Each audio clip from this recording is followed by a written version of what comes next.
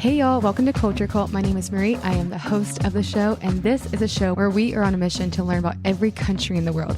But I also do that by telling y'all the craziest story from every country. But that's not today's episode. Today's episode is a travel story. This is when I have people come on and tell me their craziest travel story. But this is also kind of an advice episode. Today, we are getting into the nitty gritty about travel and dating. This is for all the travel lover girlies or boys who are out there who want hoes with different area codes. Let's just say it like that, you know? This is also not an episode for if you are a family member and you are listening. If you're my mom or my aunt, time to log off. This is not it. This is not, no. So, because we're getting into it today, we're talking about dating while traveling, and it's a really tricky thing if you don't know how to do it right. So I have on the professional herself, the travel lover girly, Cassy Martinez from the Globetrotter podcast. And we are talking about how to date as a digital nomad and as a backpacker. And she's giving all the juicy details about how to not break hearts or get your heart broken abroad.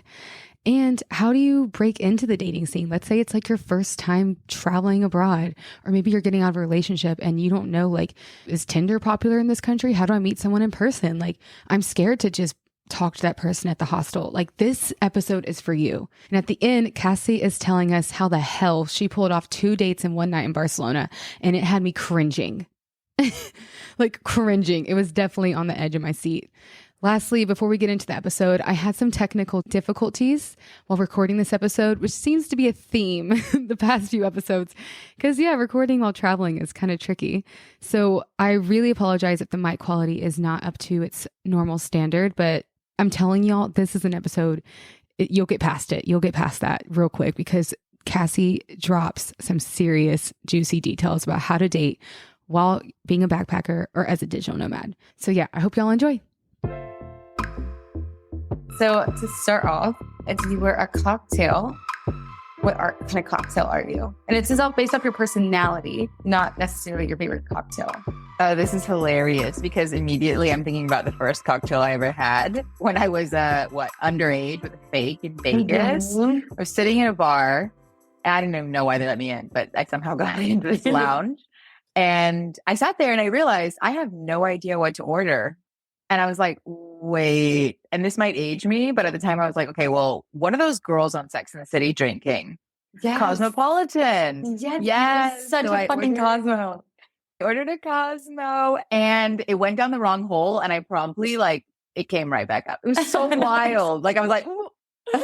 And it was so funny. I was so 19 and just didn't know what I was doing. And I was in this crowd with random people. Nobody noticed that the girl had just vomited all over herself. So and I dabbed it with a little napkin and I moved on with my night. But let's go with the Cosmo. I definitely feel like you're a Cosmo because even your podcast is giving Sex in the City. It's just like the way you talk. It's so flirty. It's so flirty. And a Cosmo is it's like the ultimate female drink. I mean, I haven't actually had one. Fancy little glass.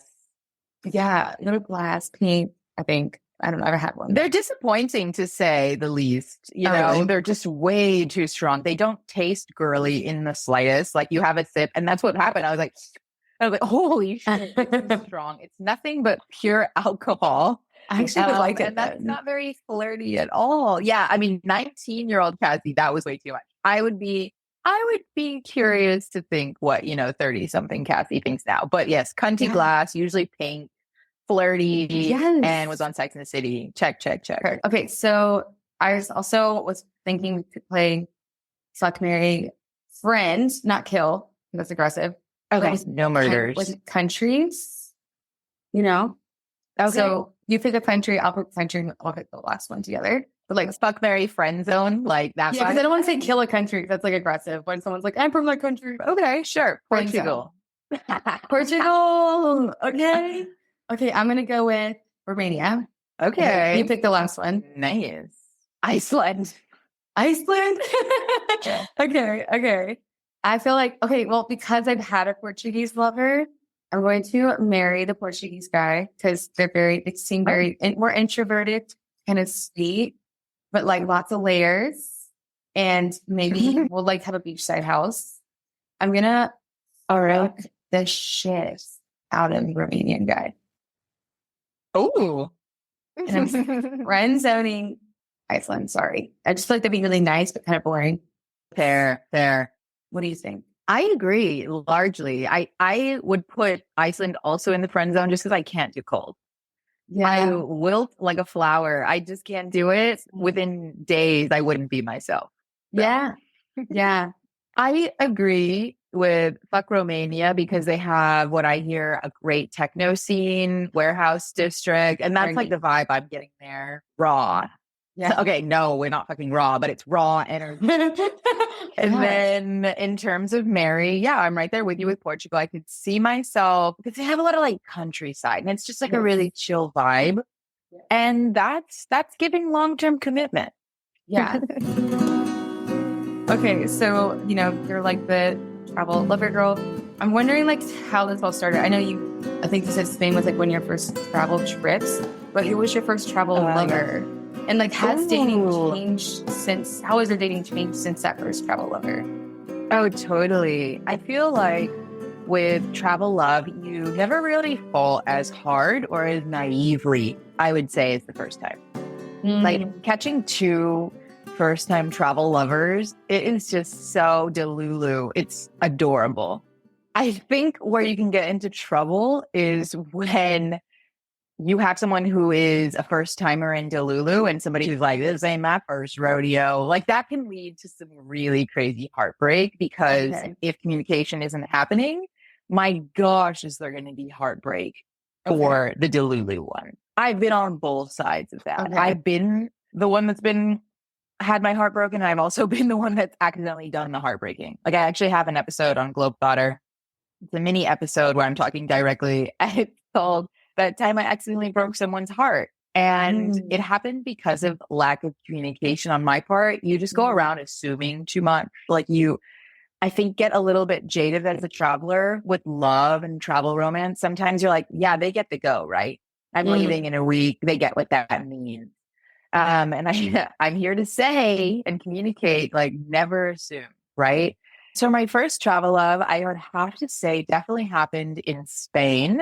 It was during study abroad. And like I said, I was super delulu in terms of just like openness and vulnerability. And I had approached it in the same way that like you would approach dating at home, right? Like you meet somebody out. I met him at a music festival. And basically I went to this music festival called Sonar. And I bought a ticket that day. This was when that could happen. You could just go to the record store. I remember in Barcelona city center, I bought a ticket to this cool ass festival that now sells out in a day online. And a couple of us from my study abroad program all went together. And what was really interesting about this music fest was the minute I walked in, I lost everybody. Like it was one of those scenarios where I was like, shit. Okay. And we had, oh yeah, right. And we had first gen iPhones, or for me, I had a really cheap little blue T9 phone that I bought at the store for this trip. And so I just thought, shit, there's no way I'm finding them. And I was faced with the decision right then and there at the entrance, which was like, go home, that's fine, and just like call it a loss, or stay and see what happens. Yeah. And I stayed. And I quickly realized that I could do whatever the hell I wanted, right? And I honestly divide my study abroad summer between like then and after. This was a huge turning point for me because I had arrived to Spain and I just like was not acclimating. I'll tell you that. It was my first time really abroad solo. I was missing my friends. I was missing my homies. I was missing, honestly, predictability in a way. And I just wasn't adjusting as smoothly as I thought. And I remember I went to this festival and it was like the first time where I was like, okay, like let's just be open-minded as shit, right? And be your true self and just hop around and say hi to whoever the hell you want. And when it gets weird, or if it gets weird, walk away, you know? And what a time was had. I went up to so many different people. I had my little point and shoot DSLR. And I was just like, hi, I have so many random photos from this night. And I remember it was getting toward the end of the night. And I went up to a guy and I asked him what time it was. And I knew what time it was. I had a phone. But this was my intro. Intro question. And I always tell people that, like, yeah, you can ask something as basic as what time it is or where you're from, but everything is revealed in how they respond to you back. Like they can just be like, yeah, it's 11, or hey, it's 11. Where are you from? There you go. Once you get the where are you from question, right? Yeah. And so it started off that way. And I remember he told me what time it was. And I guess I got honest immediately. I was like, okay, look, I actually know what time it is. This was just me coming up and saying hi because I completely lost all of my friends. Can I hang out with you? I, chose honesty as the best policy. And this person was so warm, so welcoming. And we ended up spending the rest of the night together with him and his like 8 friends or so. After the festival was said and done, we all walked to Barcelona, watched the sunrise. And it was very demure. It was very mindful. We just kind of cuddled a little bit. And we realized, our biggest piece of advice I have now is we realized that our timelines synced. This did not have to just be like a one and done moment. He also was there for the rest of the week. So crazy. Yeah. That's hard in travel right there. Yeah, exactly. Some timeline overlapping. We also realized this was the real kicker. We were both going to Ibiza the same weekend. So it was not only, hey, I'm also here for the next 5 days. Also in the weekend, I'm going to be exactly where you are. And we just left it at that. Yeah, exactly. And we both really leaned in. And it was really, really cute. I'll say that we had an amazing time in Barcelona. We had an amazing time in Ibiza. We afterwards stayed in loose contact. And I think I was more of a realist about it than he was. Like, yes, it was both of our first times in doing the dance. But when I went home, basically I was like, okay, yeah, I'm back in, light now. Right. And then 5 years later, I was back in Europe for the first time. I was in Portugal and I let him know. And he was like, I'm flying there. I'm going to come. I'm going to spend a weekend with you in Lisbon. I'm going to come from the UK. And I was so nervous. Like, it's been so long. Yeah. 5 years, really. And we had stayed in loose contact through the power of Instagram and Facebook chat. But, it wasn't like super intentional, right? So he's on his way. My friend who was staying with me prior was leaving Lisbon back to the States. And I was like suddenly alone in our love nest. I'd gotten to the Airbnb first and it was beautiful, but I was scared shitless. And so I remember I went to the pharmacy even. I was like, do you have something for my upset stomach? And they're like, you're just nervous. Like literally I was wandering around to different parts of it. Oh my God. I was just an anxious girly. I can still be an anxious girly, but I was definitely more of one then. Yeah. And eventually he showed up and I had left the door unlocked. It was just like, you can come in because I was in the fetal position on the futon. Wow. Oh, you're really, really nervous. Wow.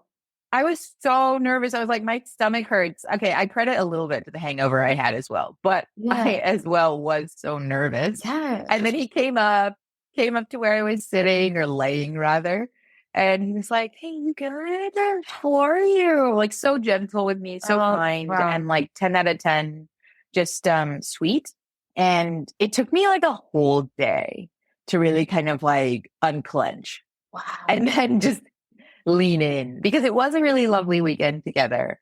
And what I remember was hilarious was my friend that I mentioned who was there the week before, she missed her flight. And luckily, so she had to spend that first night with us. Like we were a trio. We were a trio. She showed up at my door.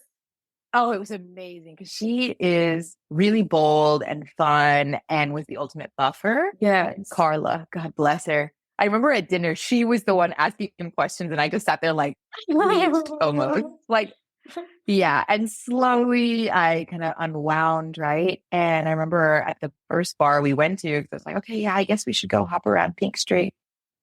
I had like a little bit of a sip of a beer. I could kind of drink that. Wow. And my friend comes to me and she goes, girl, why don't you dance with him? He's cute. And I was like, oh, right. You're right. Go do that. Like sometimes you just need that push from a gal pal. Yeah. And yeah, we started dancing and the rest was history. We had a lovely weekend together, but like, holy shit, Wow. Wow. Yeah. Okay. Wild. So much to unpack there. I just feel like, okay. I feel like this happens a lot to people. Like they meet someone and they try to keep in contact. When do you just let it fizzle out, first of all? Because like I personally am still in contact with someone from Portugal, but now I'm dating someone and I'm dating someone in Thailand and we're going to Bali next. And if I meet someone there, then am I going to talk to a string of men? Like how do you communicate? That's hilarious. What do you do like that? But with this guy, it seems like you just naturally fizzled out and then you just let it naturally happen again when you'll meet up because Instagram's powerful like that. Amazing question. I love it. I love it. Yeah. What do I do with the string of admirers I have? Yeah.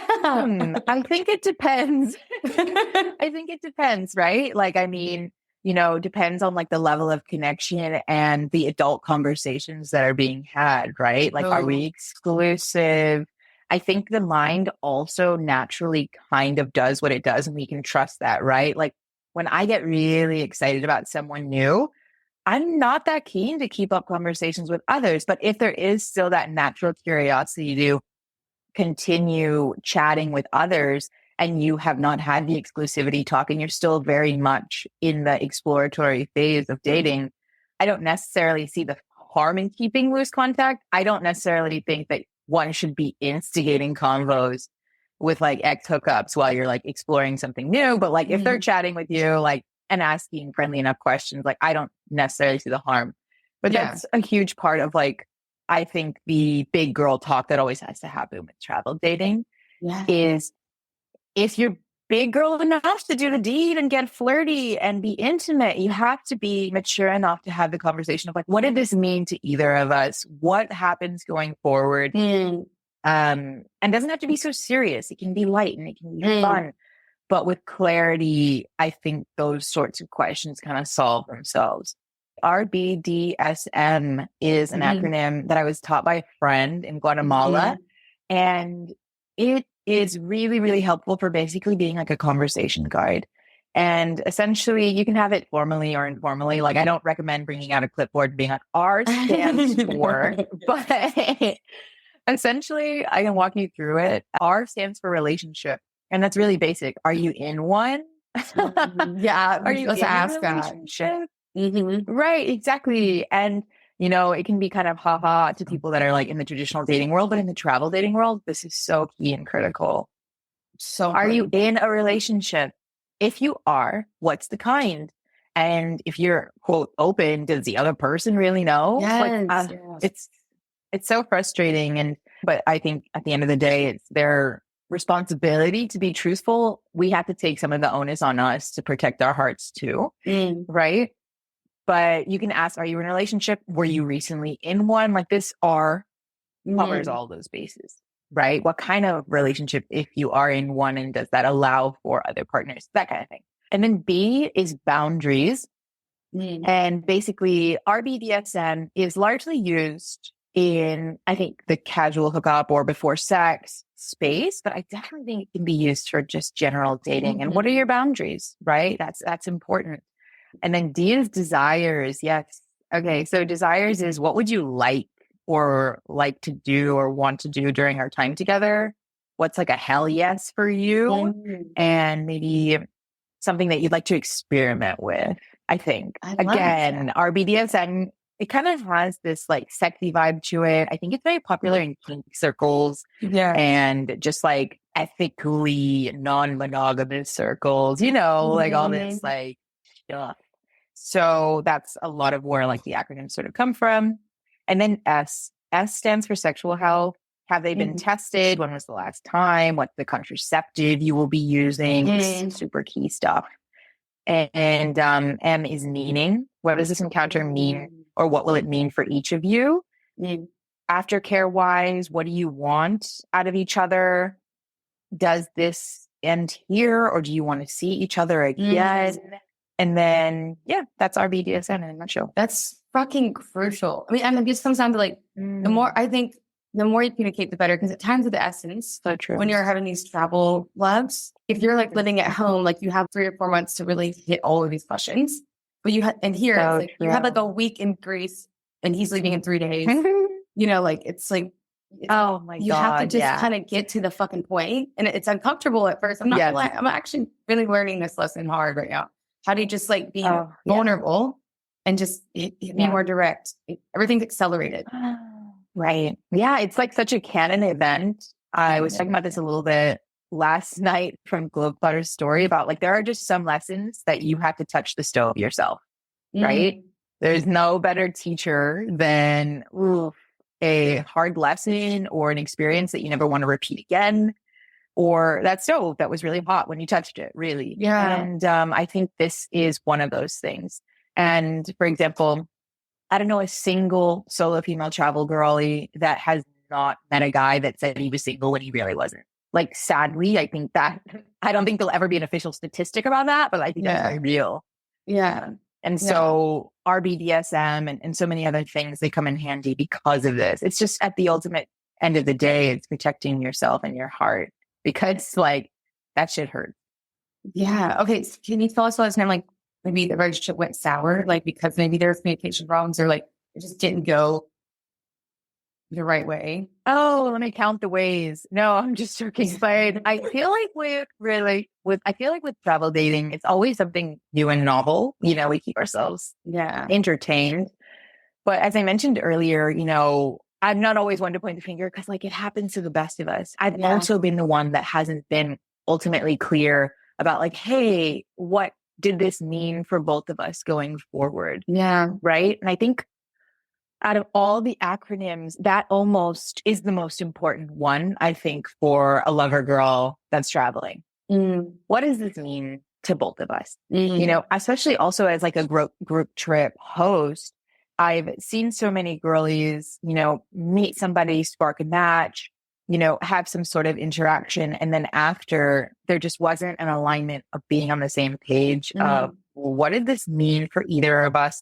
And what can we expect out of each other afterward? And I know it seems like a really daunting question, but a big lesson of my 30s has been that old trite saying is so true. It's like knowledge is power, really. And I think we've been super trained to be avoidant about these sorts of things because we tell ourselves, if he wants to continue or not with me, or if they want to continue or not with me, it means something about my worth.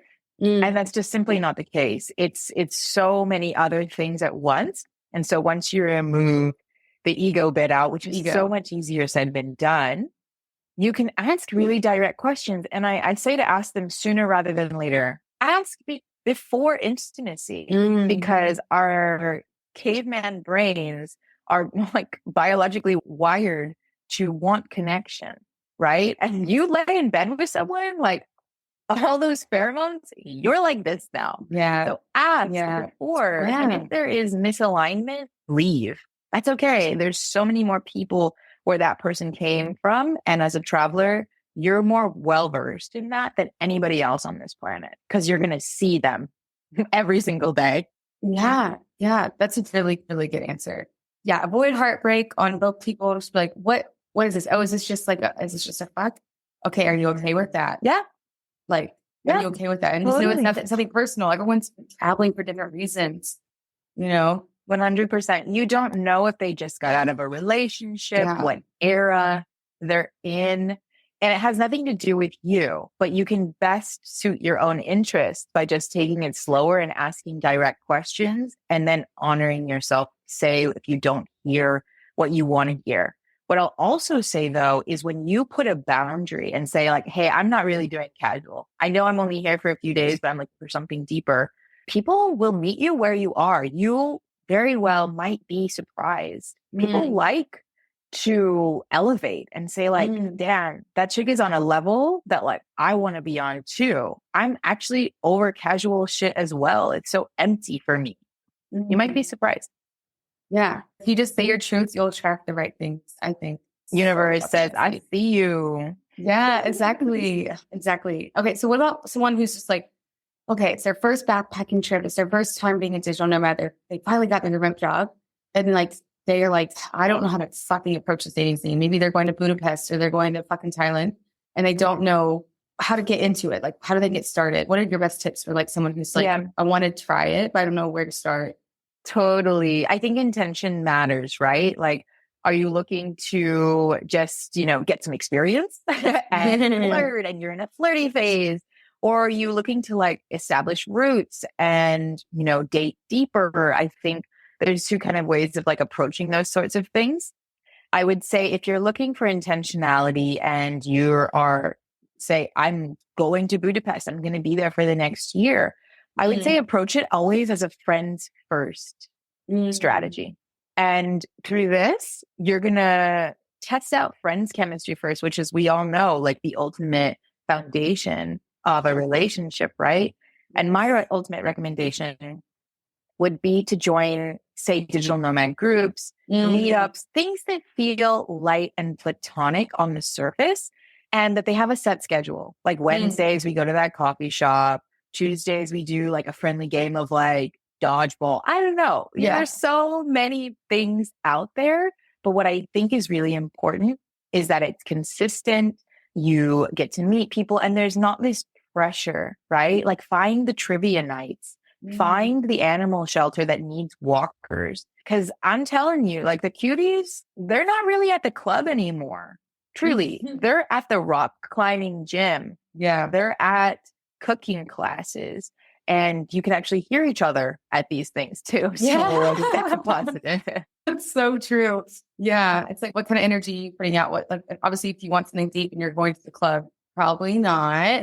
But maybe someone who's just like, I just want to get it. Maybe they broke it off with someone and they're like, I just want to have 3 lovers by the weekend. Like, where are they? I guess maybe Tinder's so obvious, but I don't know if any other steps. Like, they just want their groove back. And I respect that. It's all in the way that you want to approach it. For example, this is untravel related, but I was having a deep chat with a friend about dating, and she is really proud that she's never been on the apps. And she's like, girl, after this recent heartbreak, she goes, girl, do I just need to be on the apps or what? And I said, maybe, because this shit sometimes is a numbers game.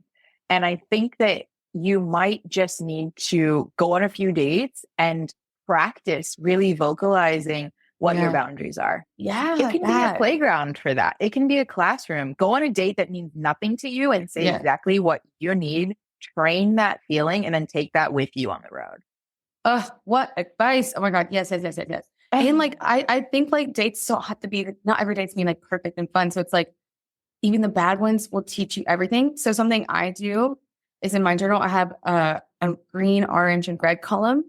So after I'm dating someone or go even on a simple date, I write down like attributes of those things. So if there's a red flag, I'll put that down. You know, maybe they're rude to the waiter, red flag, writing that down. And then I start to see patterns. And if there's a green flags, I'm writing that down. And as I collect this info over 6 months or a year, whatever, I'm seeing the patterns of what I like, things I keep going towards maybe, which is the orange flags, and the red flags. Hopefully they don't repeat. But if you just kind of visually write it down in your journal in that column way, you can start to see a lot of your patterns of what you're attracting and what you're accepting. Oh, I love that. Again, knowledge is power. And I love just this image of you on a date and they do something. You're like, that's going in your file. Yeah, no, legit. I'm like, it's like useful. Every date's, it's very useful. And it doesn't have to be like huge red flags. Like I went on a date here, lovely guy. He was just really feminine to the point where I thought I was hanging out with a gay best friend the whole night. And I was like, this is going down as a orange flag of like, okay, masculinity is important to me.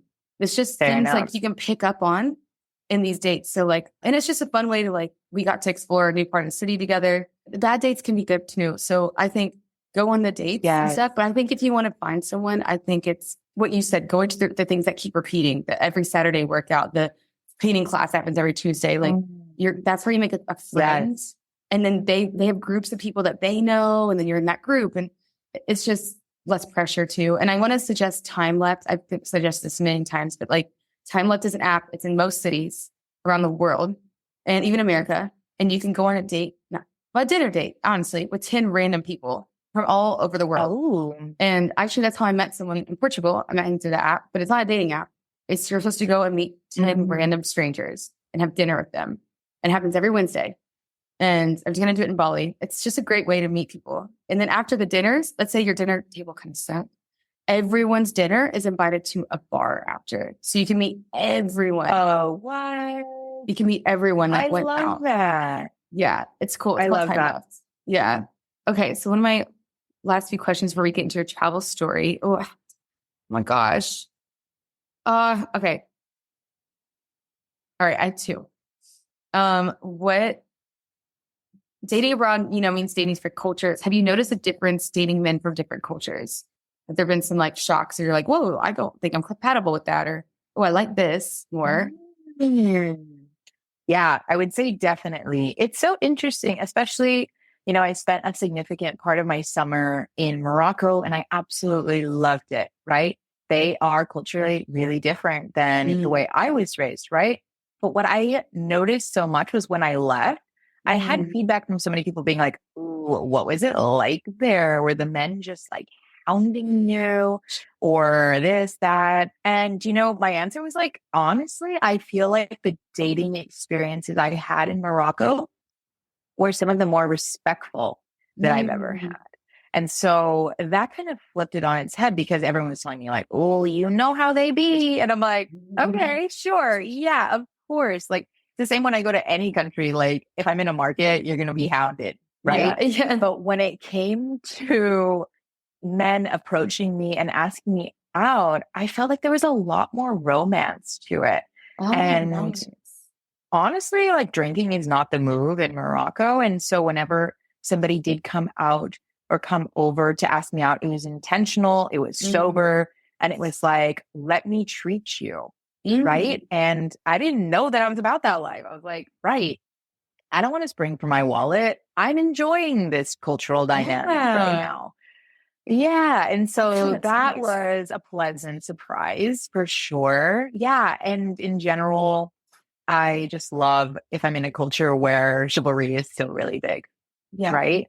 And sometimes you got to go to different countries for that. Cause in the US, oh my God. Yeah. It's even the conversation of like, how are we going to split this bill could be triggering. Right. Like there's some guy somewhere who's like, how dare you think I need to pay for you? So, Is there like a certain culture you're like, I don't know.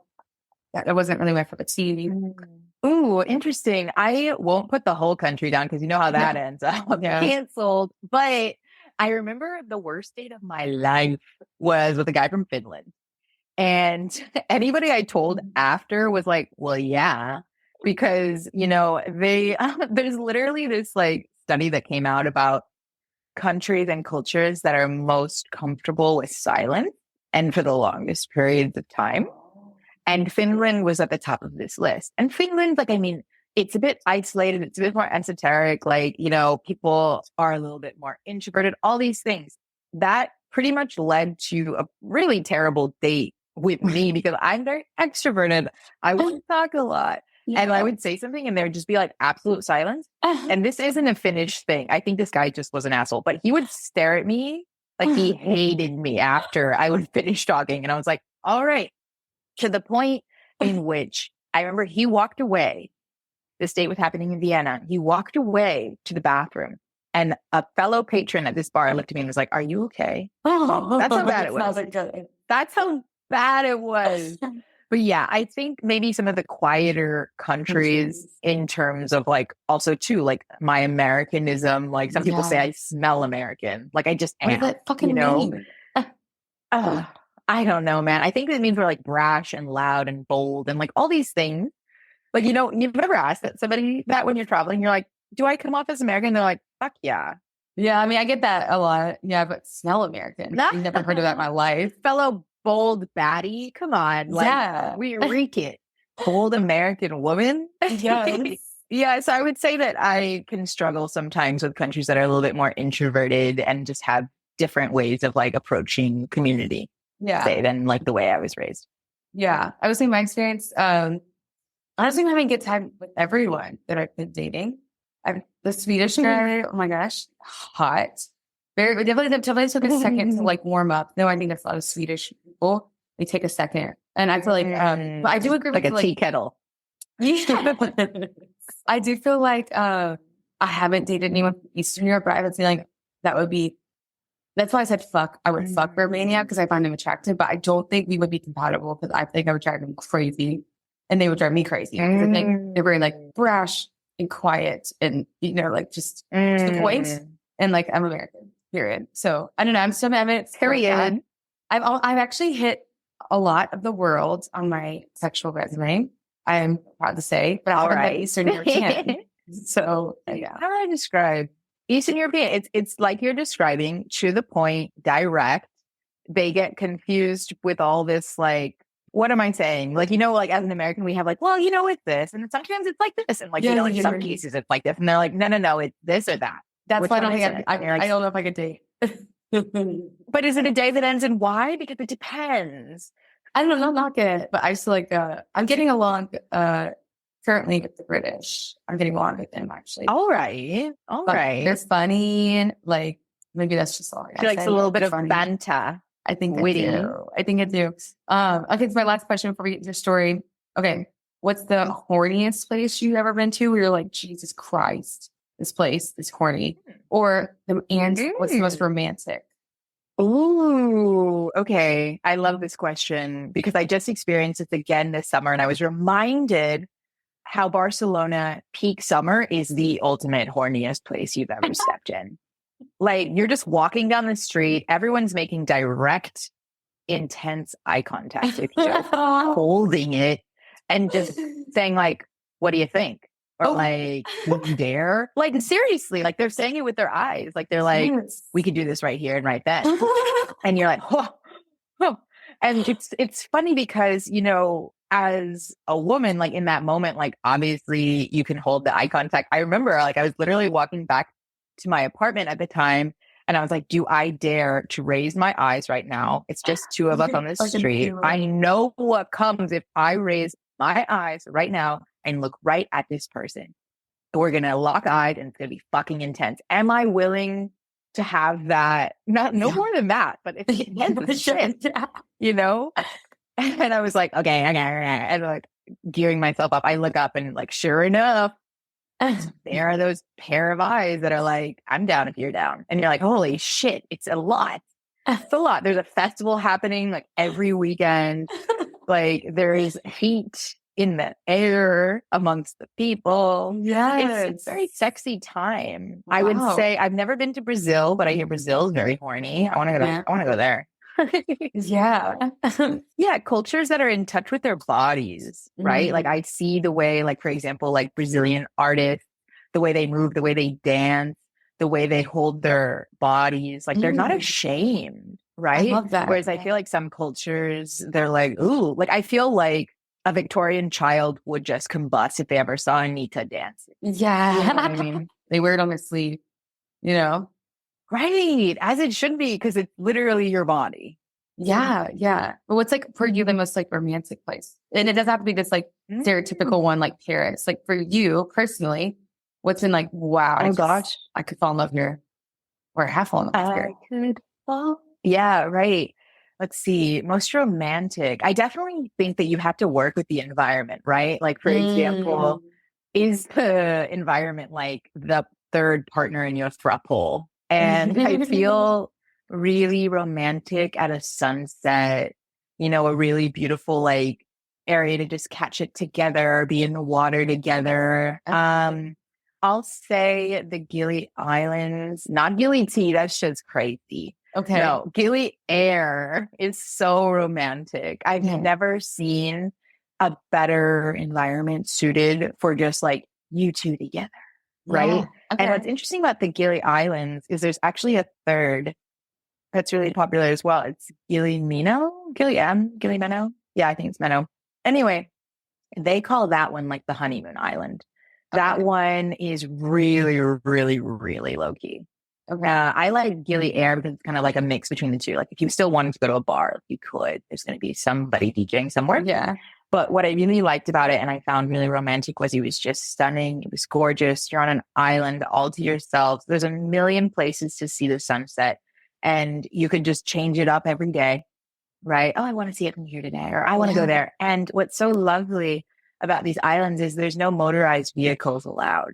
It's bicycles only, or a few electric scooters. But you're getting around this island like a child on a bike. Everything is so whimsical. Oh, I love that. It's so lovely. Yeah.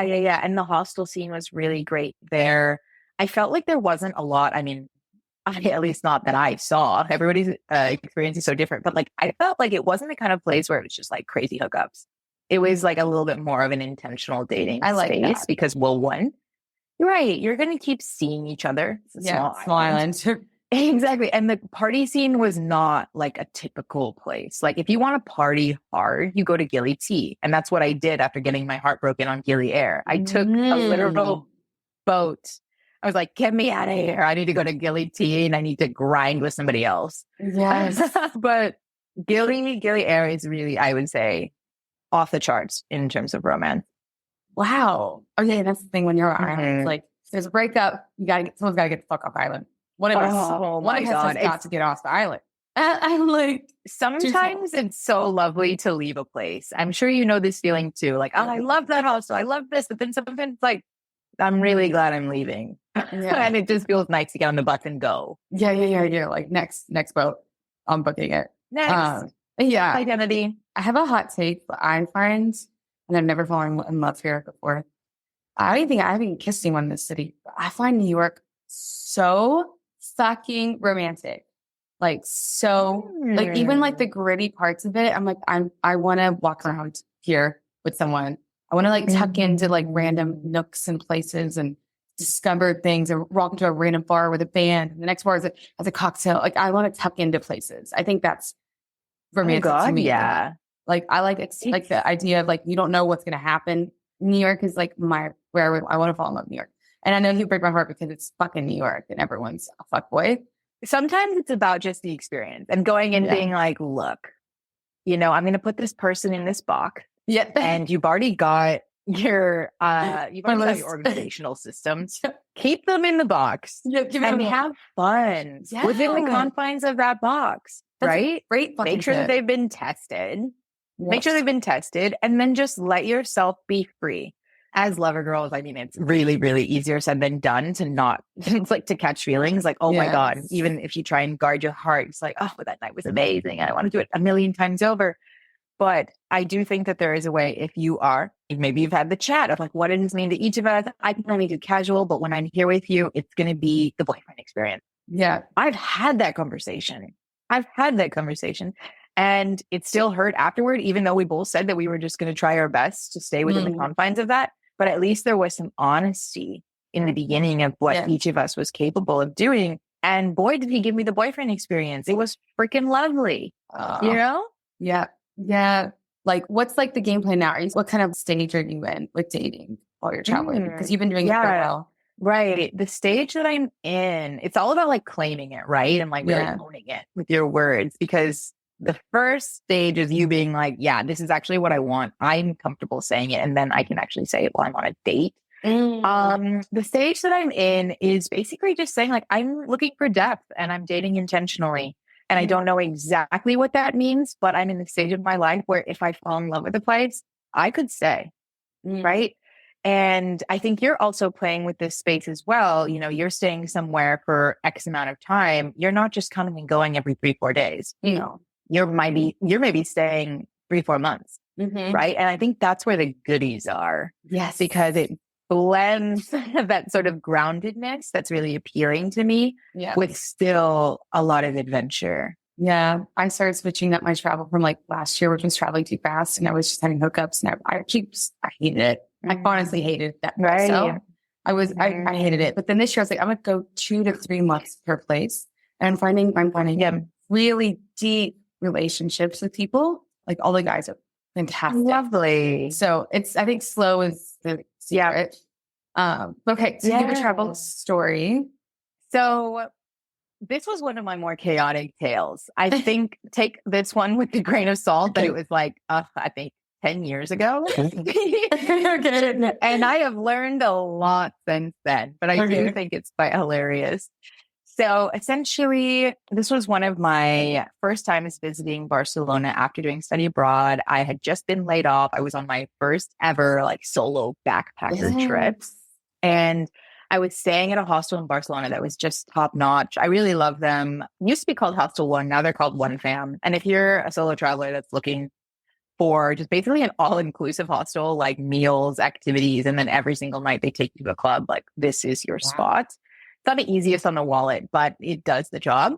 Essentially, I was staying with them and what I would do a lot was I would go out with the group at night, but they went to a bit of predictable clubs, right? And at this point, I'm like, I can study abroad here. I know what's what. I want to go to Razzmatazz. I want to go to these sorts of places that are a bit more like filled with locals. And I just need like someone to come with me.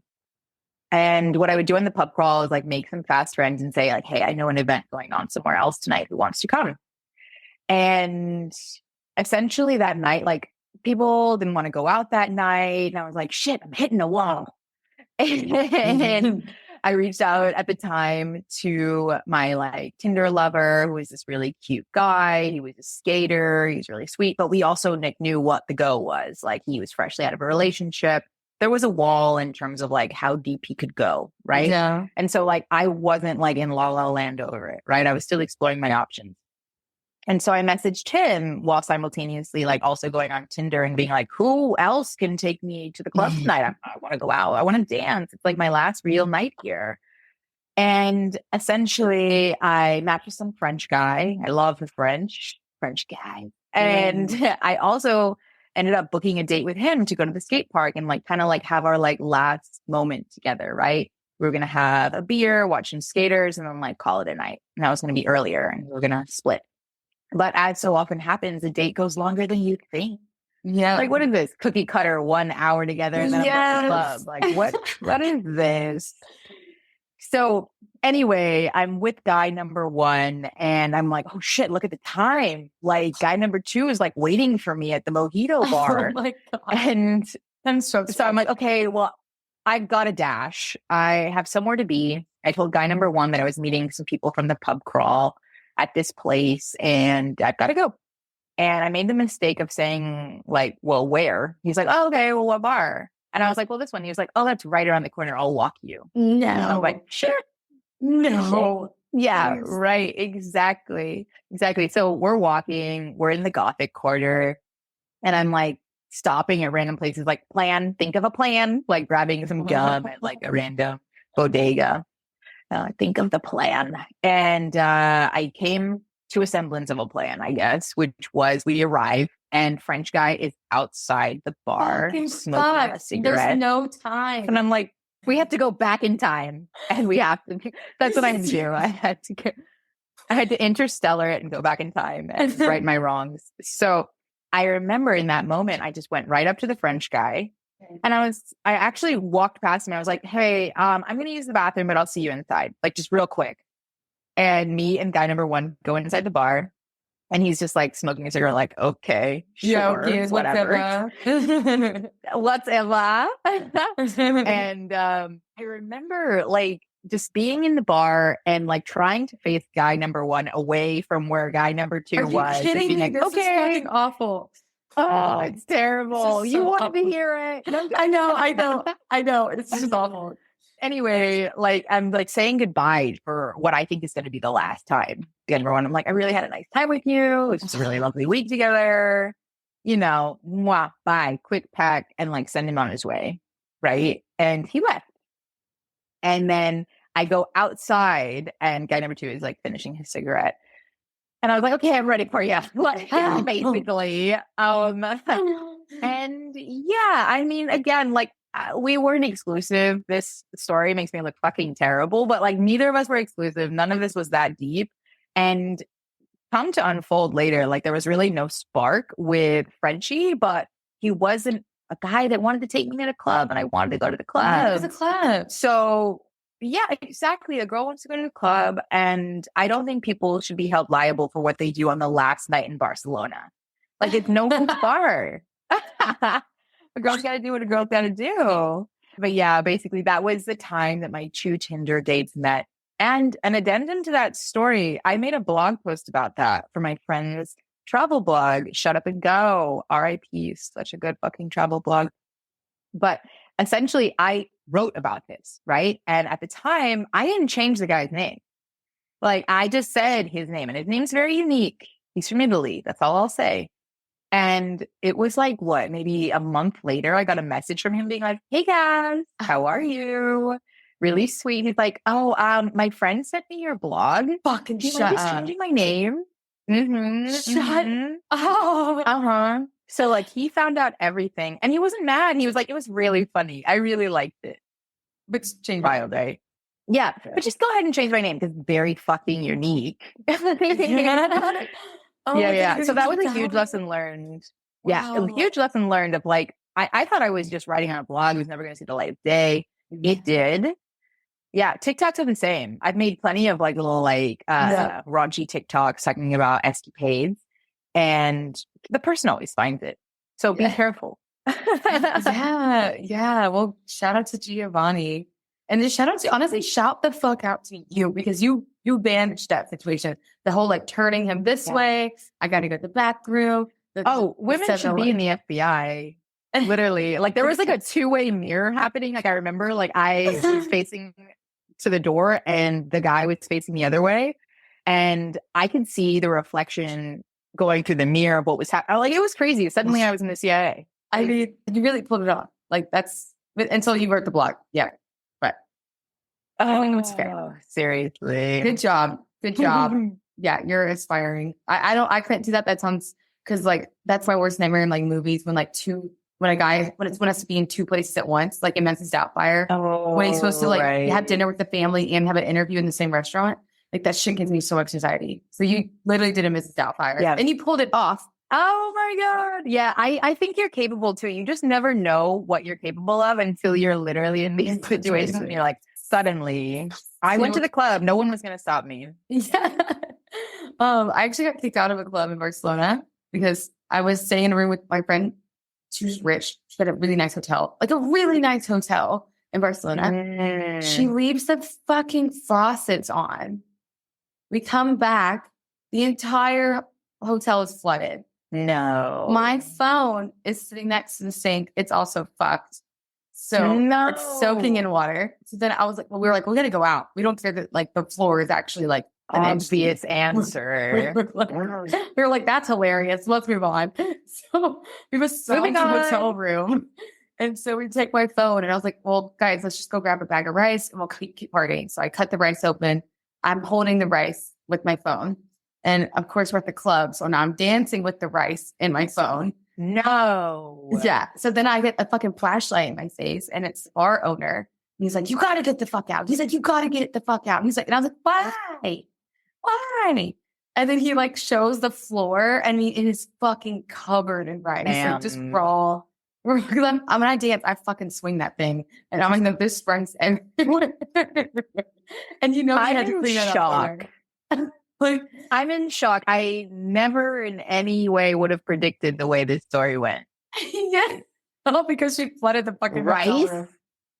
It did right. It yeah. We started with a flood. Then we ended with a rice bag. Wow. Did the rice work? It does work. And it happens. I've done this twice or 3 times. One time my phone got flooded at a festival and I let it sit in that rice for a couple of days. It came back to life. So can I guess the era in which this story happened? Because it's giving like Kesha. Like, was Kesha big? You were definitely in your Kesha bag that night. Like that was. I'm pretty ratchet. Chaotic. Well, that's not even the end. Well, it is the end, but like we went to go pee, and in Barcelona we could not find a fucking bathroom anywhere. No one would let us in. So I was like, all right, I'm gonna pee on the street. Like y'all are making me doing this. You're making me doing this. So then I start peeing, and a guy. This is on you. No, gaslighting Barcelona. So I start to pee. My friend's like, standing in front of me, even though clearly my ass is out. And a guy just comes up and just starts looking and just starts staring. And we're like, can we help you? And he was like, yeah. We're like, what do you want? Can you please leave? And he was like, yeah, I'll leave if you give me your drinks. And so we had to give him our drinks to get him to stop looking at me while I was peeing. Oh my God. Ugh. I mean, yeah, but he did get free drinks. That was kind of smart. That's actually insane. I feel like men will bribe you with leaving you alone now. I'll leave. But you got to give me your wallet. Like, I know. Terrible. So that was my little Barcelona story. But yeah, I got kicked out of that. Study abroad in Barcelona, man. Yeah. Wow. I had a good time. Actually, didn't have a great time there in Barcelona. That was a good night. I actually have some horror stories in there, but that's a different day. So to end, I guess, like, do you have any like lasting advice for any of the lover travel girls. Totally. Like we said so many times in this episode, communicate, say what it is you actually want, and don't be discouraged. You know, I have had some people literally laugh in my face when I say that I'm just taking things slower and I want to date with more intentionality. This literally happened. A guy, all he wanted to do very obviously was have sex. And we were in a co-living house together. And I was like, that's not what I'm about. You're my roommate. Roommates. And he laughed. He literally laughed and said, that sounds like too much work. And I said, for you, for you. And just because you don't want something doesn't mean that there's not somebody else out there that does. You know what I mean? Like you just can't center yourself. And I think that's a good piece of advice too, is like what you want may not be what the other person wants, vice versa. And that's where the communication comes in, right? Yeah. Like make sure you're on the same page. It doesn't have to be forever, but at least in like the temporary or what time you have together, make sure you're on the same page. Yeah. To end, see what shout out anything, shout out to podcast. So if you're loving these sort of raunchy, chaotic, but heartfelt travel love stories, educational. yeah, right. Big on the heart, honestly. I think that's what makes Globetrotter what it is. Check out the Globetrotter pod. It's coming back, baby. There is new episodes coming out soon. Highly recommend following you on Instagram because your stories are so good. If you're into Sex in the City, your podcast is perfect for anyone in that category because it does give off that like great Bradshaw vibes, like journal, like kind of, I don't know. It's like you're a very good storyteller. What a compliment. compliment. Words. Like you create a scene. Thank you so much. Yeah, you can feel the scene. A Cosmo. You know, I hope it just goes down smooth. Yeah. Yes. Wow, this episode is truly so important if you are traveling and dating, and more importantly, how to communicate and set up expectations. Let's say you're not even traveling, but you are dating someone. I mean, this is what it comes down to is communication. It always comes down to communication. And that acronym she used, RBDSM, is super, super important. And you can use that in any relationship you have today. And just that way you don't get your heart broken or you don't break someone else's heart. I feel like I have learned so much this year about travel and dating. So like last year I was traveling really fast. I had a couple one night stands and they were really, really, really good guys, but I don't like doing that. And this year I traveled slow and I've been doing 2 to 3 months a place. And I highly, highly recommend that if you actually want to create deeper connections with people, even if you don't want to date them full time. Like I have met really solid people this year because I given myself a chance in them to actually get to know each other. Also, I want to put y'all on an app. I don't think we mentioned this. This is my ADHD coming in, but I want to put y'all on an app. I've mentioned it before. It's called Time Left, and it's in most cities around the world. And you go to dinner with like 7 to 10 strangers, and it's not a dating app, but I did meet someone in Lisbon from this app. And you go to dinner with 7 to 10 strangers from all over the world, and they take a personality test and it matches you with people. And it is such a great way to meet people. And it's also a great way, like if you're like me and you don't like Tinder or Hinge, like I can't stand that shit. It's so good because you can just go and like meet people. And then if you meet someone special, then cool. But if you don't, then you just met people. I tried Hinge when I was in Thailand, and yeah, I ended up like this guy like ghosted me on Hinge, and then I saw him at the market, and then he tried to hit on me, and I was like, no, that's not how this works. And then I did go on a date. Well, I'm proud of myself. I went on one Hinge date this year with this really nice German guy. Oh my God, so nice. I think he was gay though. And I think that's why we had such a good time, because like I was way too relaxed on that date. Like we were having way too much fun. And at the end, like we both kind of just went home, and I didn't feel any pressure to have a conversation about it. So I kind of think he was gay, and it was such a good time. It was honestly great. So I did have one successful Hinge date, and I did push myself to do it. So if you also hate dating apps, I get you, but try Time Left. And if it's not always abroad, like if you're in America, you can try it too. It might be in your local city. Getting back to this, I do really, really recommend slow travel. I actually have met someone when I went to Thailand. I've been slowly traveling, and his name's Ollie. He's going to come on the podcast. He's my boyfriend now, which is crazy. My travel boyfriend, which is even cooler. And yeah, so I met him in Thailand, and then I went to Bali in Australia afterwards, and we had to do 2 months on the phone. What's it called? Long distance.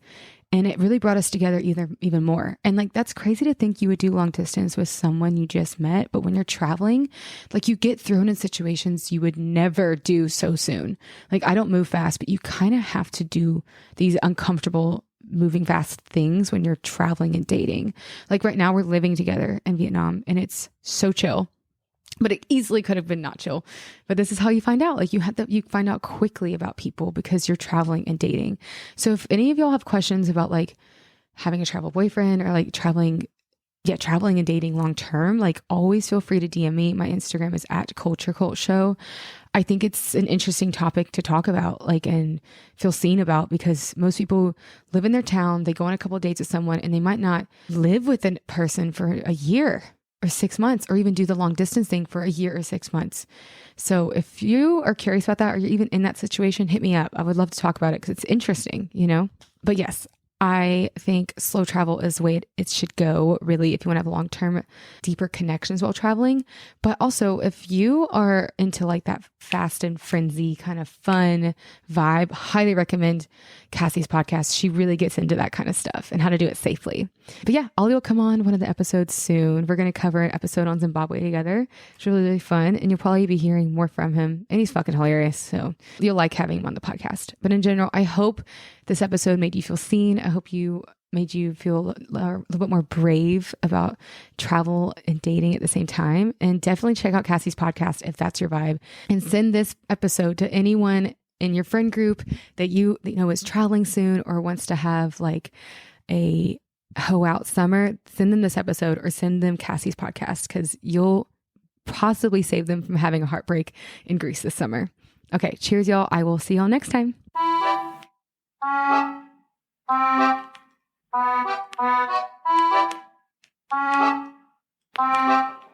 Enchanté. Hey world, you're listening to Globetrotter, the pod that puts the lover in travel lover. I'm Cassy Martinez, your fearless and a little too flirty host. A solo female traveler with a knack for finding the party and catching feelings. I've been a digital nomad for over 7 years, mixing business with pleasure since my first solo trip in 2016, where I ditched my flight home after falling in love in and with Lisbon. The pod where we catch flights and feelings. I started my travel and dating show at the height of the pandemic, a time you couldn't do much of either. Like so many travel addicts, suddenly staying put in one place felt foreign to me, and at times, majorly depressing. I missed discovering destinations, losing myself in new cultures, and maybe most pointedly, meeting cuties from other countries. So, I started having Zoom dates with other travelers from all over the world, asking one simple question. Tell me about a time you fell in travel love. These cheeky conversations, recounting sweet exes in Italy and wild nights out in Berlin, became my soul food while stuck at home, with the podcast evolving as we slowly started to re-enter the world and travel again, Tinder passport in hand. So join me each episode as I trade juicy travel stories with a slew of amazing adventurers who, like me, kiss and tell. From crazy nights out, the lovers we met abroad, and the main character moments that will forever be imprinted on our minds, no topic is left untouched. Feeling inspired to share your own epic travel story? Leave a voicemail on the Globetrotter hotline. Your steamy story might just make it into an episode. All you gotta do is go to speakpipe.com/globetrotter or click the link in this episode's description to leave an up to 90-second voicemail detailing your travel tale. A quickie, if you will. Want to stay anonymous? No name is required to leave a voicemail. And there's so much more than just the podcast. Be sure to join Globetrotter's private Facebook group to link up with like-minded Globethotties from all over the world. Our Facebook group is a private space to ask all your travel cues, swap stories, and meet up with other adventurers on your wavelength. The Facebook group is also the first to hear about any group trips I'm organizing and how you can join me. To join the squad, all you gotta do is search Globetrotter Travel Gang on Facebook. The link is also in this episode's description. And lastly, don't forget to hit subscribe to not miss a single Globetrotter episode drop. And while you're at it, why don't you hit us with a 5-star review? Your kind reviews help more folks discover the pod every single day. So, buckle up and lift those tray tables, because Globetrotter is taking off.